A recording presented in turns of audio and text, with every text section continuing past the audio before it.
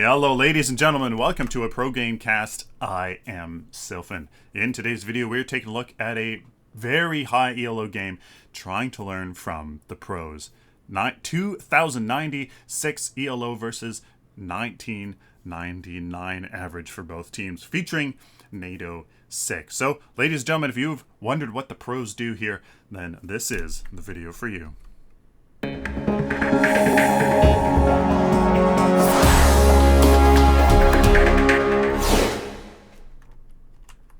Alright, ladies and gentlemen, here we go. In this video, we're going to learn about the pros and see what they do. So, ladies and gentlemen, on this orange team here is Drumman125 on Crunch, NATO Sick on Shadow Ops Twin Blast. We got Drew Shaver on Steel, Godspeed on Kalari, and Peace Turtle on Howitzer.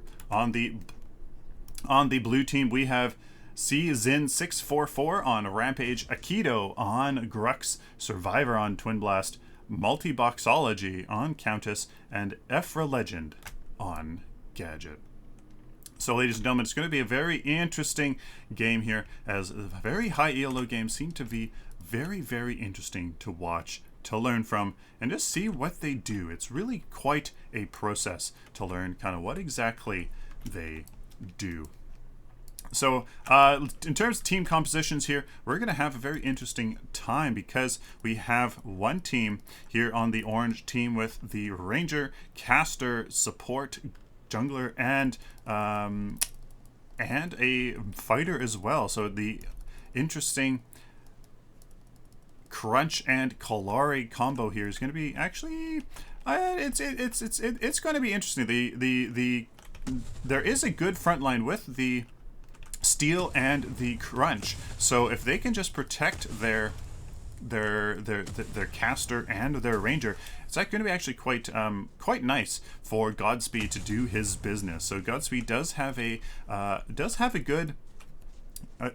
good team to do the work, and then he can come in and make some pretty clutch finishes and just some clutch plays as well. So I like that the Kalari there has a good team for her to do her business with. She is actually starting here with the two weak jungles, with the weak jungle camps, and that's actually a very good idea. I very much like that, as she is going to be able to get that nice CP and experience before going here into lane. So we do have some pressure here on the orange team's safe lane with Multiboxology trying to get those minions out, but she's gonna be just fine here, as looks like a little bit of a gank here for the Howitzer, and there we go. Very nice job by their Rampage making that gank happen. Wow. Already we got some pretty lethal business here, as Godspeed's going toe-to-toe with this Masters Grux here, but I think that he knows what he's doing, as let's see exactly what Godspeed did get. Definitely healer token, absolutely, that would be an absolute must here in this off lane, and the health potion as well to help with that jungle camps as well. So he's gonna have an easy time there getting those two lanes. He already has 1 CP and has already level 2 as well.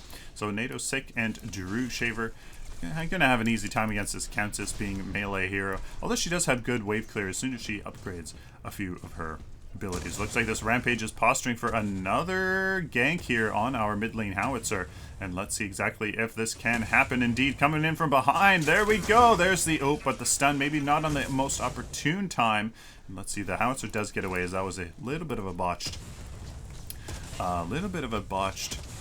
gank from the side there. So Crunch is going to maybe try to come and return the favor. There are no wards, although the Gadget is looking straight at him, so somehow she knows what's up, as this Crunch here is posturing to definitely get her, but she's keeping looking right at him. I'm not sure if that's just her spider senses tingling here, but it looks like this Crunch is going to come in from the side on this.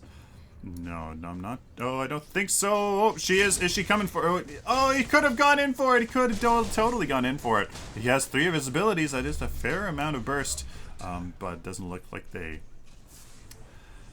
like he bought it. So Here in the early game here, the builds absolutely steal with the healer regen. Very interesting that he actually chose to go for that instead of the normal Shepherd's File, Mender's File, and Scout's Ward.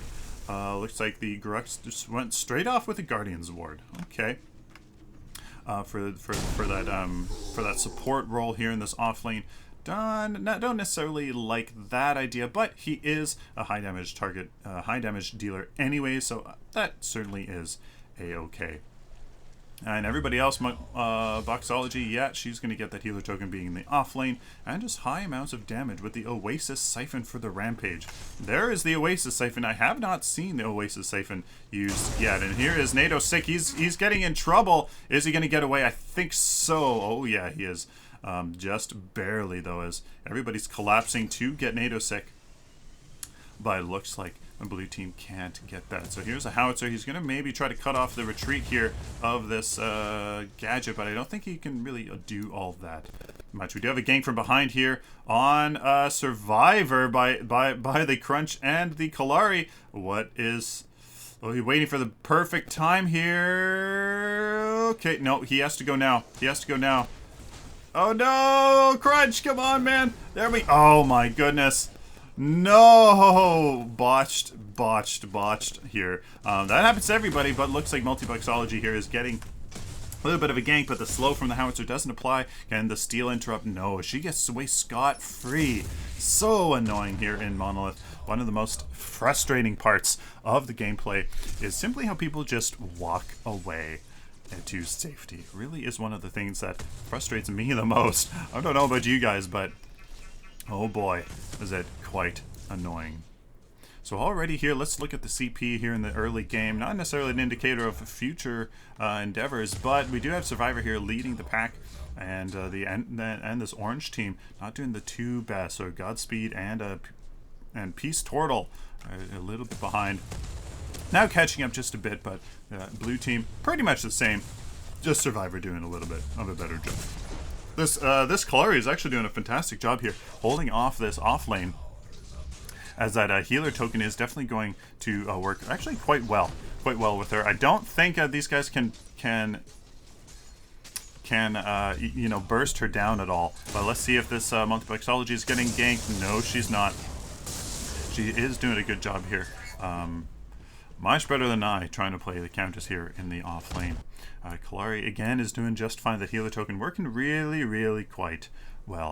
I do love the healer token. That is definitely something that that should be used by almost every laner hero, to be honest with you. If you really want to stay alive, that really is, because it allows you to take some damage, be a little bit more aggressive than you otherwise would be, take a few hits to maybe create an advantage, but that is it. So nothing really much happening, but the Crunch here is going in on the Countess, but she looks like she got the jump, and Drumman has to head back, but the slow from this Countess, or from the gadget, and is that enough? I don't think so. With a little bit more power, that would have been enough, but no, the gadget now is overextended. Can the steal make anything happen? No, as he's forced to simply just retreat and rotate mid to get that lane going. Kalari, three of the orange team here has collapsed on the left side, and not much happened of that, as Survivor was able to get away with Aikido also getting away. Drew Savers kind of running around, covering a whole bunch of lanes, not sure exactly what he's trying to do here, trying to go over to his carry and protect him, as he's definitely kind of probably surprisingly doing okay in the CP department. 9 according to the rest of his team, pretty good. But look at the blue team here, pulling away, 3 of them pulling away quite nicely. Looks like they're just being a little bit more efficient here. So both teams kind of resetting here in the lanes. Blue team might be positioning here for something in this in the orange team's off lane, but the Crunch here saw, maybe got a little inkling here of the Rampage trying to do some funny business, but the Steel's going to rotate over, see if he can try to do anything but the Rampage's Steel, but he left Nadosek all alone, and I think that is one dead Twin Blast, as he's unfortunately left alone for the blue team to make something happen, and now the orange team has to come make something happen. Can they get a good pick? No, there could be the pick there on that gadget, but no. on the Grux, pardon me, and then there's the Howitzer. No, he is a-okay using that fantastic landmine. So here in the orange team safe lane, it is, or off lane, it looks like nothing's really going to happen, as Crunch does get away to safety quite well. As you can see, very good rotations from both teams to make stuff happen. But oh, Drew Shaver, can he get away? Yes, he can. Very, very close, as that Twin Blast there misses a few of his shots, and that definitely would have been it. So 4 of the blue team going down the orange team's safe lane. Going to be able to get that tier 1 tower to kind of match what the orange team's doing for the blue team's off lane as well. So the mid lane is getting pushed before the orange team, and the gadget there is going to be doing nice work. But who is the Kalari coming in? Godspeed's going to definitely be able to finish off that Grux and come in on the rest of nice ultimate placement by the Howitzer. Is Survivor going down? Yes, he is. Now can they finish up with this Rampage? I think he's going to be able to get away, unless Peace Turtle. Oh, clutch dagger from the Kalari. Can she finish him off? Yes, he can. And there is a little bit of a blunder by the blue team. Maybe got a little bit too aggressive, a little bit too greedy, and got simply just collapsed on by the orange team, doing a really nice job defending their off lane. And now Multibuxology was taking that time to push the lane with 4 of the orange team there in their own off lane, but she has to retreat indeed. So here's Nadosic being quite aggressive here with no support, but he does know that he has a numbers advantage for a little while the blue team here comes back to the middle of the pack. So here, this looks like that was a trade here, a few kills in the trade department. So kills here for both teams actually quite the same, 2 to 3 and 3 to 2. But the card power looks to be a little bit more in the blue team's favor still. Almost. I think the orange team's starting to even out a little bit more, as they have 14, 13, 12, 12, 11, and 16, 14, 12, 11, 11. So the blue team's carry here, Survivor's doing a really good job, 16 card power, but orange team maybe is spreading that about a little bit more, and individual people here doing a good job. Let's see if there's a Howitzers trying to make something happen here, but the gank is going to be effective, as he's just a little bit maybe too aggressive here in this mid lane, as he's trying to make stuff happen and gets taken out. So that's unfortunate, but the Nadosync is being caught rotating to help his team, and he's definitely going to be dead there as he triggers off the but he gets stuck in the middle, and now Drew Shaver is left to his own devices as 5 of the enemy team converge on him, and that is one easy steal pick. So wow, ladies and gentlemen, the blue team's doing a fantastic job of ganking, of taking advantage of people rotating, having great game sense to kind of indicate what is happening here as they just barrel through that tower to make it a 4-for-0 here in this mid lane.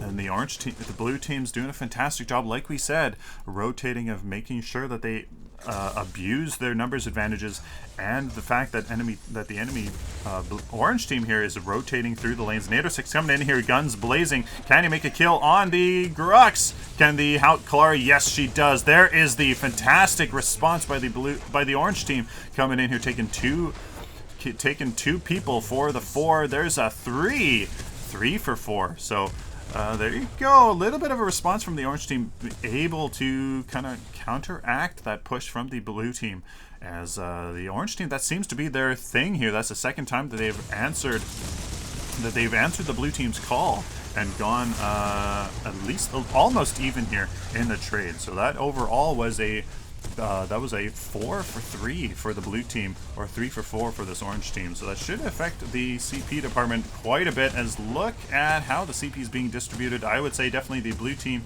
here has a advantage in the CP department. 21, 18, 2 15s, and a 13 for sure beats out this orange team. So the blue team is still doing a better job here in those rotations, in those ganks, to take out players that are out of position.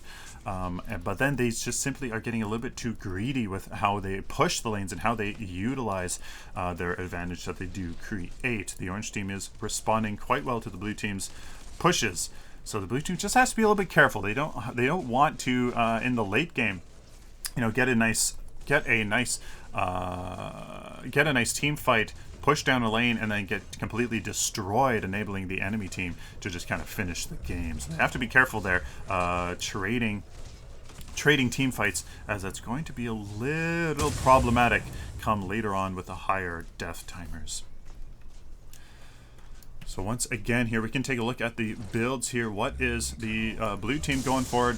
Damagey Rampage with the high damage Grux Twin Blast. Countess is already going into some ability pen, which is not mathematically sound, but we do have a Kalari coming in here on Boxology, getting the sense, yes, that she is overextended, able to finish that off. So there is a little bit of a play here for the orange team. Can they capitalize on this 5v4 now, as their lanes are kind of getting pushed in the right direction in their off lane and mid lane should be doing there. So they should be maybe grouping up here now that this right lane here is going to be pushed in the right direction. They could certainly go here for the mid lane, but looks like it's going to be a Crunch versus Rampage. Is that sustain in the Rampage going to be enough for this to take out this Crunch? But he's just going to retreat here and try to draw the blue team's Rampage in for a 3-on-1, but no, this Grux is bloodthirsty. Look at him go. He's walking right in the middle of 3 people. Does he have enough burst though to create a kill here? But I don't think so. Actually, yes, he does. Where does that sustain come from?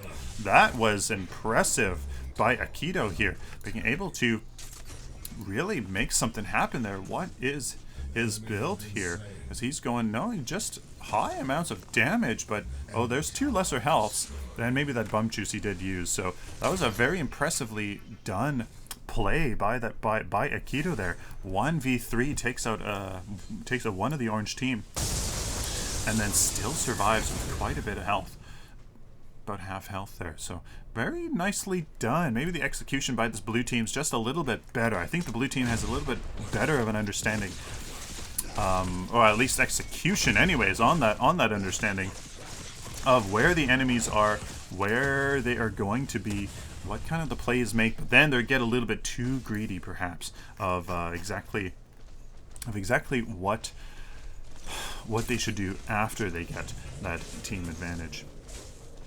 Orange team here looks like they're definitely on the back foot as they're trying to jungle. They don't want to overextend in any lanes, simply because the blue team is exactly doing a good job pushing down these lanes, making stuff happen. Can't really. So there we go. The 2 people in this off lane pushing this up, and then that makes 2 people here, 2 of the orange team, a little bit out of position here. And the blue team's, comes a collapse. That should be a very nice pick on the steal for sure. Oh, absolutely. As he's absolutely taken out. And that's exactly what we're talking about here. The orange team is very hesitant to push beyond their, anywhere from the middle of the map. Really, they can't really get that far because this orange team is just kind of struggling. They're getting out of position, and the blue team is just capitalizing on that. Here is Peace Turtle looking for maybe a little bit of a play from his friendly team, but no, his friendly team isn't anywhere near him, so I'm not necessarily sure why he's posturing so aggressively here, especially with the gadget, which he doesn't know is in the shadow plane, ready to take him out. Here is a good landmine into Survivor. There is the nice play, but nothing comes of it. Nothing comes of it. He didn't have his slow mines there to slow the Twin Blast's escape, unfortunately. So nothing would have really happened that, even if he did choose to use his ultimate. He was maybe looking to use the landmine there on the Twin Blast, but he did not have it up in time. Unfortunately, he probably wouldn't have enough mana for that landmine into his ultimate anyways. As the blue team retreats here back into their jungle, as you can definitely see that there's definitely maybe a little bit more communication from the blue team, as now that they've taken now that they've put a lot of pressure on the orange team, now they can retreat every 5 minutes, clear their jungle camps, as really you don't need to clear your jungle any more often than that. You want to be grouped up, making plays happen as much as possible, else for the rest of the time. But here's Drewshaver being a little bit more aggressive than he used to, than he should be. He does maybe know that the blue team did retreat to their base, but maybe that aggressive here would not be that wise. So blue team, I think their communication, their game sense is being a little bit better here. And Drewshaver, what is he doing? Again, going off, and there is the nice burst by the Grux, and there is the damage I'm not sure what he is thinking here, as the blue team's going to be able to definitely kind of come in here, make something happen. Oh, there is a nice pick for the Countess, but she in fact gets she gets assassinated in return by our friend Godspeed here. Not sure that what happened there for that crunch. My apologies. That steal remarkably gets away. For some reason, it looks like he's a little bit playing a little bit strangely versus everybody else. So he is going for a little bit power, mana, health regen for that good sustain here. It's a little bit of a tempered plate for that sustain again, and the Lord's Word as well. So he's going to, he's definitely going for a good support build, but looks like he's just kind of playing a little too zealous. So in the card power department, definitely going to be in this blue team's favor. 30, 29, 30, 22, 21, where 33, surprisingly for NATO 6, still able to farm way ahead of this orange of the blue teams. That's quite fascinating. But the rest of his team is falling behind the blue team as well. As we got 30, 30, 23, 22, 21 versus 34, 24, 24, 20, 19. So Nadosic again, look at him doing a good job here and farming up, but Peace Turtle is definitely going to be forced back here in this mid lane as the blue team is pushing down. Aikido being very aggressive, not sure exactly why he's being that aggressive, but it looks like the ultimate still gets off, but not much happens as Zephyr Legends gets... Not much is happening. Here's Aikido. He's going to get taken out very quickly, as looks like the blue team is, again, a little bit too aggressive. And there is a 4-man pick here for this orange team. A 4-for-1, and now they definitely need to use this advantage, this numbers advantage, to group up hard and push down the lane, answer that push from the blue team here in the mid lane. Definitely get this tier 2 tower, pardon me, and maybe definitely get some damage off on this on the inhibitor. I don't think they have enough time, but here's Nados going to quickly grab this black buff, as this Godspeed and True Shaver going to get a good amount of damage here on this tower. But look at Mixology getting a nice Dark Tide off on the enemy Godspeed, forcing Godspeed to get out. And there is not the tower. Unfortunately, they don't get the tower. They should have gotten that tower for sure. That is what they should have done. And Nadosic is trying to make something happen there with Boxology. Oh, but Godspeed goes in on a Grex that was already killed, and unfortunately that was suicide for him, as that was just simply game sense there, being quite unfortunate. So here's Nadosic just doing a fantastic job. Look at him, 40 CP at the 22-minute mark, just being a beast, as he's only died twice, 6 kills, while his enemy team here is still behind 40 CP. That's actually absolutely fascinating. Look at his build, ladies and gentlemen. Let's see here. 2 Madstone Gems, exactly what we want. The Blade of Agora, after that into an Impact Hammer. Absolutely, completely sound here, as he's choosing to maybe go into that crit a little bit sooner, simply because he knows that maybe he's going to be a little bit CP starved with the enemy team just playing so well. So he does have 12 card power here before he goes back to base. Oh my goodness, as he's just continuing to make this farm happen while he can, get that farm in while he can, as he knows that that's just how he plays. Those last hits, he's doing fantastically. Wow, absolutely fantastic. There, it looks like there was a pick on the orange team's howitzer there in the mid lane by that jungle, as blue team is just grouping up and getting a good read of where the enemy team is going here. Godspeed will be able to, whoa, as he gets way up here on the ledge. Very interesting that he can actually do that here. But he will just be forced to watch here as his tower goes down. Is that a little bit of a pick on Nadosic? No, he actually managed to get away. That high amount of damage, he'll be able to melt Aikido, but his friendly team can't protect him enough as he does fall to the blue team's focus, and that should be a kill here on the Rampage. Absolutely it is, as Survivor does manage to get away. So the orange team does have a fantastic ability to group up and collapse on the blue team's pushes, but unfortunately they can't respond in kind with any sort of powerful response, as they can't seem to get any pushing done. They didn't get that mid tower on the blue team side.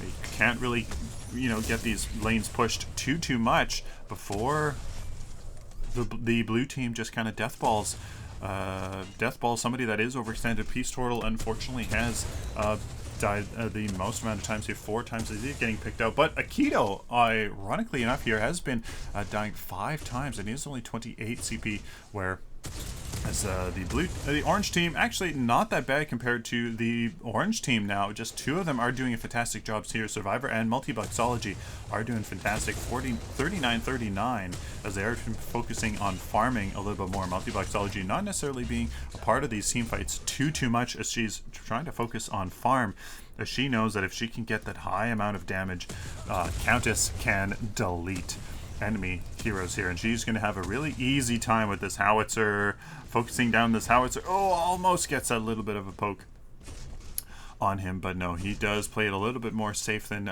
usual here and retreats, as Aikido is being very aggressive. He knows that he has pretty good amount of burst actually to try to make something happen here with somebody and get his blue teammates to come in and finish the job.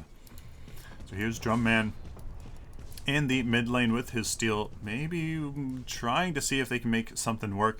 Crunch, obviously a great burst hero as well, so steel into a crunch burst is very powerful, as they maybe could get a pick here, create a numbers advantage, and push for some sort of siege objective, as they're now going to be invading the blue team's base here. Can Drumman steal the green buff? No, he can't, as now he's just going to be simply annihilated, as the orange team here is going to be on the back foot now. Can Nadosic pull something off? There's a Countess burst on the steel. Nope, he is definitely dead. Peace Turtle forced to retreat. Nadosic, he knows that was not a favorable engagement whatsoever, so unfortunately he's forced to go back, as there's Peace Turtle not able to get away, and Nadosic has to retreat here, defend his middle inhibitor, but I think he knows that he can't defend that himself, as he's going to be late to the party as well. And unfortunately, that's I don't think that's going to be game, as they're going to be a little bit... oh, here's Nadosic. He's going to try to make something happen here, running around his inhibitor, but I think he knows that he is dead. Yeah, he knows his fate, trying to bait enemy teams here into the towers, make something happen, but unfortunately that is a complete wipe for the blue team, almost, as Godspeed here was able to respawn just in time to get annihilated once more. Absolutely, look at that dominant display here by the blue team as they win the match. Fantastic display of some pretty good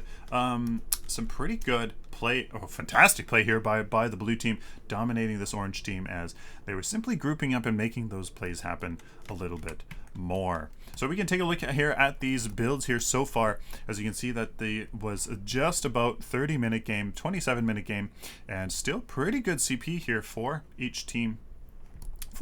So let's start with our with Nadosic here. Here's the feature here for a whole bunch of kinetic that Twin Blast definitely likes. Here's the impact hammer for a good amount of a crit chance. I don't think that would be all here in his final build, as he will be replacing these Madstone gems here a little bit. Blade of Agora for that crit bonus, and 2 Madstone gems for his early game build. The fact that he didn't go into 6 5-point cards, or just the ward here, and he actually doesn't have a ward, which I don't necessarily like, but again, he's playing very risky. He's going to be relying on his support here, Drew Shaver, and the rest of his team for those wards.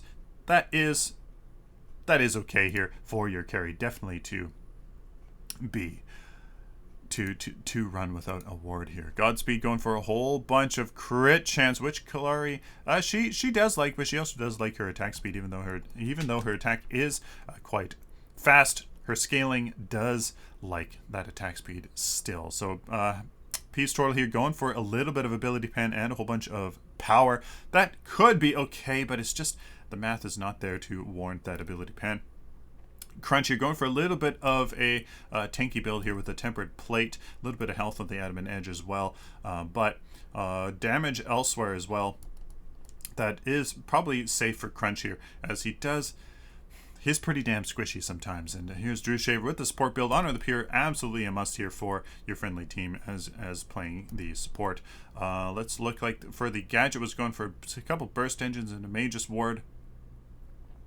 Definitely going to be very strong with gadget here. The high amount of damage and the mana regen will be very effective. Again, here's that ability pen that I don't feel is very effective at all. The math is not there for it until you have a lot of power, just because abilities scale so well with power that you need that solid base of power first, unfortunately. So after that, then you have here Survivor on Twin Blast, going for a little bit more of a build that I would like myself here. Blink Shot into some Madstone Gems, into the Impact Hammer again for that high amount of crit chance. Then he was working on that crit bonus with some kinetic. Again, yes, he would definitely need that kinetic for sure. And a Keto here on the Grux, going for a little bit of sustain after going for a high amount of damage there. Definitely is very effective, as you want to kind of protect that damage with some sustain. And here in the Rampage, going for a high amount of damage here as Rampage, as you can get away with that if you are solid on your ultimate as well. With the Lazarus Blade, I dislike this card very, very much, as you can just spend 3 CP or 6 CP, two more than this Lazarus Blade, and get all of that, plus you get actually 6 of value, whereas this is only 3 of value. So there you go. There are the builds, guys, and there is some pretty good play.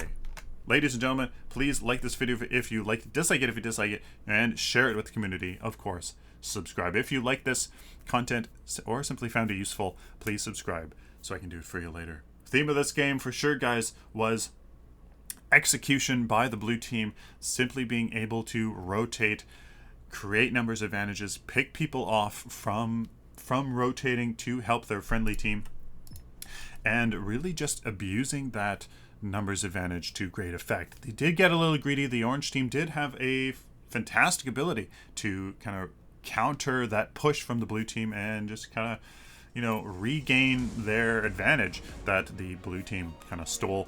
But blue team was just able to get those picks, make those plays happen, and there you go.